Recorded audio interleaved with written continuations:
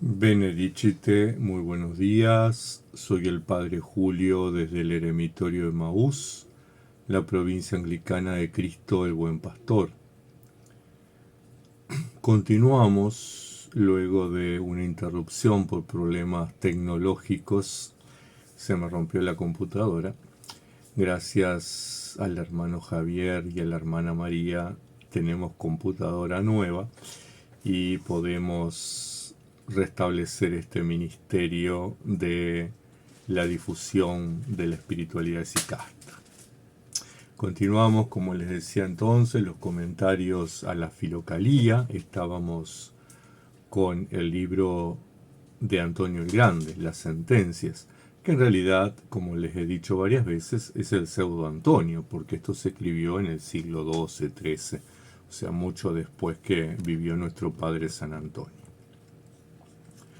Y hoy vamos a leer y comentar la sentencia 115, 116 y 117. Vamos a hacer una lectura corrida porque las tres están bien asociadas y entonces va a haber un solo comentario. A diferencia en otros videos que leí una sentencia y hacía un comentario, hoy vamos a leer las tres sentencias y a comentar todo junto. Sentencia 115. Así como tratas a tu alma mientras se encuentra en tu cuerpo, del mismo modo ella te tratará una vez que has salido de tu cuerpo. En efecto, el que aquí se ha servido de su cuerpo para estar bien y entregarse a la lujuria, se ha tratado mal a sí mismo para los momentos que siguen a su muerte, puesto que, como un insensato, ha condenado su propia alma. La sentencia 116 dice así: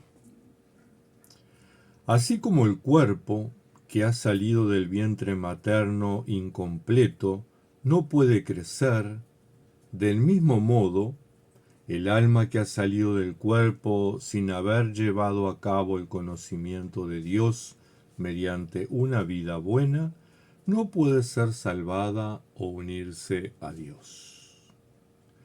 Y finalmente la sentencia 117 dice así: el cuerpo, unido al alma, sale de la oscuridad del vientre a la luz, pero el alma, unida al cuerpo, permanece atada a las tinieblas del cuerpo. Es conveniente, pues, odiar y castigar al cuerpo en su calidad de enemigo y adversario del alma.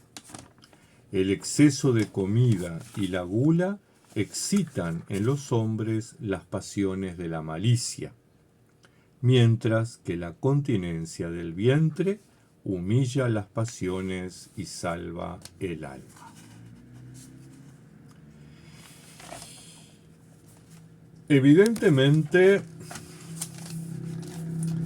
el pseudo Antonio, hijo de su época, la Edad Media,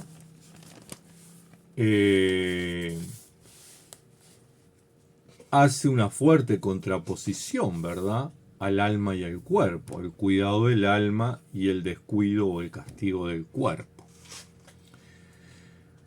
Claramente en estas tres sentencias se contrapone alma a cuerpo, se contrapone espíritu versus materia, algo propio de la filosofía aristotélica, ¿verdad? La materia es mala, la materia es negativa, algo que ha influenciado muchísimo el pensamiento cristiano del medioevo, por ejemplo. Pero tenemos que tener en cuenta que ambos son parte del ser humano. El ser humano es cuerpo y alma, no es solo alma, no es solo cuerpo. Somos cuerpo y alma. Y ambos, el cuerpo y el alma, son creados por Dios. Ambos están destinados a la divinización. De hecho, Génesis, en el relato de la creación, insiste: Creó Dios y vio que era bueno. Creó Dios y vio que era bueno. Creó Dios y vio que era bueno. O sea que Dios no va a crear la materia que es mala y no va a crear el cuerpo que es malo. Tengamos en cuenta también que el Verbo eterno del Padre, el Hijo de Dios, tomó un cuerpo material como el nuestro. Dice San Juan, y el Verbo se hizo carne. Y los evangelios nos relatan un Jesús que caminó, que se cansó, que durmió, que tuvo necesidades de descanso, que tuvo necesidades de comer, que tuvo necesidades de tomar agua, que también tuvo otras necesidades como todos nosotros, que no los relata el Evangelio, pero también hizo pichicaca, ¿verdad? Es parte de la naturaleza humana y de la naturaleza de todos los animales y de todos los cuerpos creados, ¿verdad? Del reino animal. Entonces, a veces ponemos el cuerpo en un lugar como si fuera algo terrible, cuando el Hijo Eterno del Padre tomó un cuerpo como el nuestro y participó de nuestras actividades corporales. De hecho, encontramos en los evangelios que dicen que Jesús era un comilón y un bebedor, un amigo de gente mala fama.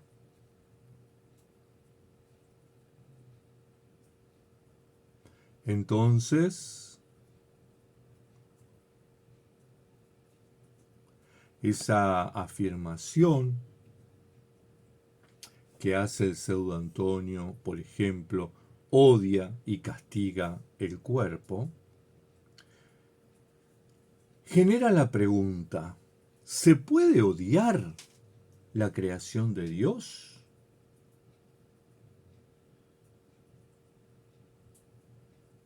¿Podemos odiar esto que es creado por Dios? Esto que de alguna manera es moldeado por Dios. El relato del Génesis, el segundo relato de la creación, dice que Dios modeló, tomó barro y modeló al ser humano. Entonces, ¿cómo puede ser que este producto hecho por Dios haya que odiarlo? Y entonces tenemos que meternos en el texto. Esto es una concepción del medioevo, ¿verdad? Donde la práctica del cilicio, la práctica del flagelo, esos ayunos terribles de pan y agua, ¿verdad? Que se ponía esa insistencia tanto en el castigo. Hay que castigar el cuerpo es malo, el cuerpo es negativo. En realidad, todo en su justa medida. El cuerpo no es ni bueno ni malo, al igual que la materia. La materia no es buena ni mala. Todo depende del uso que hacemos de este cuerpo. El átomo, por ejemplo, no es bueno ni malo. Sin embargo, los seres humanos, con el átomo hemos mejorado la salud y la calidad de vida de los seres humanos, ¿verdad? Toda la medicina nuclear que cura o mejora la calidad de vida de los pacientes oncológicos. Toda la iluminación de las ciudades que se hace con la energía nuclear, ¿verdad? Pero también hemos generado la bomba atómica y hemos matado millones de seres humanos. Claramente ahí está el uso bueno o malo de un elemento creado por Dios.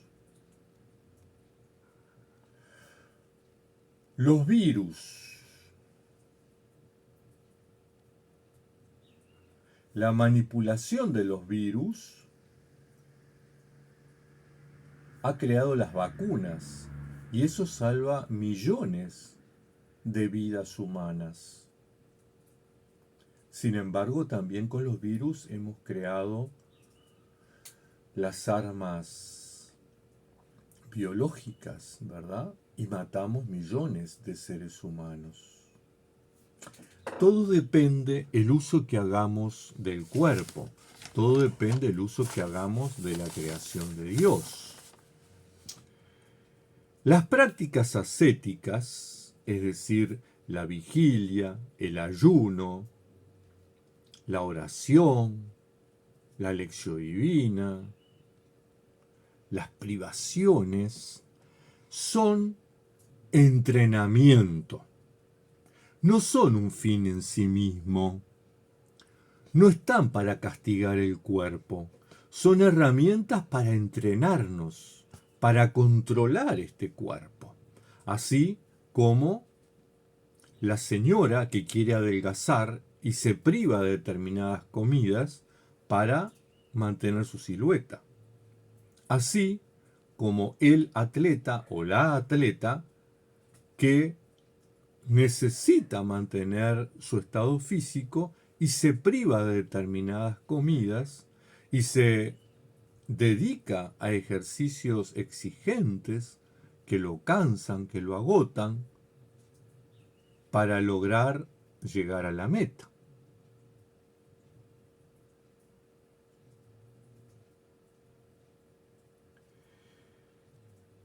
Ese concepto de castigar el cuerpo,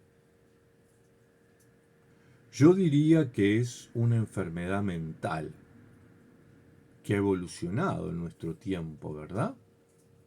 Y que es el masoquismo, es decir, experimentar un placer físico, emocional, espiritual, una satisfacción en el sufrimiento. No hemos sido creados para sufrir, hemos sido creados para la gloria. Recordemos aquel apotegma del abad Antonio, del verdadero abad Antonio, de allá del siglo IV, cuando estaba recreándose, estaba jugando a la orilla de un río con sus discípulos y pasó un anciano, ¿verdad? Y lo criticó. ¿Cómo el santo Antonio está haciendo estas cosas? Y el Santo Padre le dice, un arco que se tensa mucho se rompe. Todo en su justa medida. Recordemos también aquel otro apotegma, creo que era del abad Arsenio, que en tiempo de cosecha él comía una fruta de cada especie, cada clase, como para degustar, como para satisfacer esas ganas de probar cosas ricas. Pero luego no comía más. Todo en su justa medida. Tenemos que respetar nuestro cuerpo. Tenemos que cuidar nuestro cuerpo. Tenemos que amarlo, no odiarlo, porque este cuerpo es templo del Espíritu Santo. ¿Acaso una práctica medieval influenciada por la filosofía es mayor que la Sagrada Escritura inspirada por el Espíritu Santo? Porque la Sagrada Escritura nos dice que esto es templo del Espíritu Santo. San Pablo nos pide que lo cuidemos. Hermanas, hermanos, no estoy contradiciendo al pseudo Antonio. Estoy diciendo que debemos leer los textos en sus contextos. El pseudo Antonio escribió en la Edad Media. Por lo tanto, su contexto histórico, geográfico, social, político, económico, religioso, cultural, familiar, responde a ese tiempo, a la Edad Media. Y tenemos que leerlo con una clave hermenéutica, porque nosotros no vivimos en la Edad Media, estamos en el posmodernismo. Y esa clave hermenéutica esa clave de interpretación, esa herramienta para interpretar lo que dice el pseudo Antonio en la Filocalía, es nada más ni nada menos que los santos evangelios. Por lo tanto, es el lente que tenemos para leer ese texto. Todo aquello que se contraponga al Evangelio, bueno, hay que tener en cuenta que es propio de una época y no es propio de la realidad cristiana, de la realidad histórica cristiana, ¿verdad? Corresponde a una época puntual.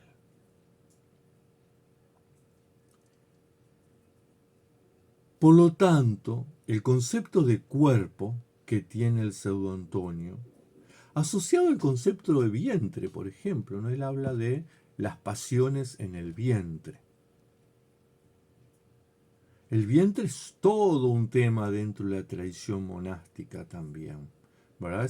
Es el centro de las pasiones, el centro de la gula, de la lujuria, de la codicia, de la avaricia, ¿verdad? Evagrio Póntico ya en su escrito sobre los 8 vicios desarrolla ampliamente estos conceptos. Bien, entonces,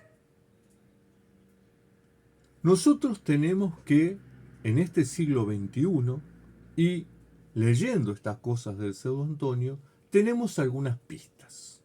Por ejemplo, primero no tenemos que tomarlo al pie de la letra, ¿verdad? No hay que castigar el cuerpo, no hay que agarrar un cilicio y atárselo, no hay que agarrar un flagelo y golpearse, no. Eso no es cristiano, eso no está en el Evangelio, eso no tiene ningún fundamento bíblico. Jesús no nos mandó a hacer eso. Jesús en todo caso nos mandó ser solidarios, Mateo 25, ¿verdad? Tuve hambre y me diste comer, tuve sed y me diste beber, estuve enfermo y me visitaste. Entonces, releyendo el pseudo Antonio y releyendo estos conceptos, la enseñanza que sacamos es que tenemos que ser cuidadosos. Todo en su justa medida. Tenemos que hacer un buen uso del cuerpo. ¿Hay que privarse la comida? Sí, hay que privarse la comida, pero no para castigar el cuerpo, sino para entrenarse, para cuando llegue un momento de prueba y yo tenga que tomar una decisión, sea capaz de tomar la decisión correcta y no la incorrecta. Entonces, para eso me entreno, ¿verdad? Eso no quiere decir que yo haga ayuno todos los días. De hecho, el cristianismo tiene los miércoles y los viernes de todo el año, menos la cuaresma, para hacer ayuno. Y el ayuno no necesariamente puede interpretarse como privación de comida, sino privación de otras cosas, ¿verdad? Que me sirvan a mí para entrenarme, cosas que me gusten y que yo pueda decir, bueno, hoy no, mañana sí. Hoy no como chocolate, hoy no como dulce de leche, hoy me voy a privar, pero mañana voy a comer un chocolate. ¿Por qué no puedo gratificar mi cuerpo? ¿Por qué no puedo sentirme bien? ¿Por qué no puedo consolidar mi autoestima? ¿Verdad? Entonces, es importante que todo lo hagamos con la justa medida. Es importante que las cosas las hagamos con el consentimiento de nuestro Padre Espiritual, nuestra Madre Espiritual. La semana pasada un hermano me consultaba en el canal de YouTube, está el comentario y está mi respuesta. Me decía que usaba silicio. Y yo le di mi respuesta, bueno, uno puede usar lo que quiera, ¿verdad? No tiene fundamento bíblico. Pero es más importante compartir la comida que uno tiene con alguien que no tiene comida que ponerse un silicio en la cintura. Es más importante abrirle nuestra puerta al que está durmiendo en la calle, cosa que los cristianos no hacemos, porque tenemos miedo, porque nos sentimos inseguros, porque desconfiamos del otro, por una cantidad de cosas que no tienen fundamento bíblico, sino que ha sido creado por la sociedad, ¿verdad? no le abrimos la puerta al que está durmiendo en la calle, lo dejamos durmiendo en la calle. Dejamos que el gobierno, a través de las políticas sociales, cree refugios, cree sistemas para acogida, pero no en nuestra casa. Nosotros no compartimos nuestro techo. ¿Verdad? ¿Qué es más importante? ¿El ayuno o el ser solidario? ¿Qué es más importante? ¿Castigar este cuerpo? ¿Debilitarlo? ¿Hacerlo incapaz muchas veces de trabajar para el reino de Dios? ¿O compartir con otros? Ser solidario con otros, abrazar a otros, sonreír a otros, generar esperanza en otros. ¿Cuánto daño ha hecho al cristianismo, a las iglesias, esta concepción que todavía se mantiene en muchas denominaciones cristianas de castigar el cuerpo? Cuando en realidad debemos tener el cuerpo en muy buenas condiciones para servir a los hermanos. Todo en su justa medida. Tengan una bendecida jornada y que la Madre de Dios les proteja, les bendiga y les acompañe hasta un próximo encuentro.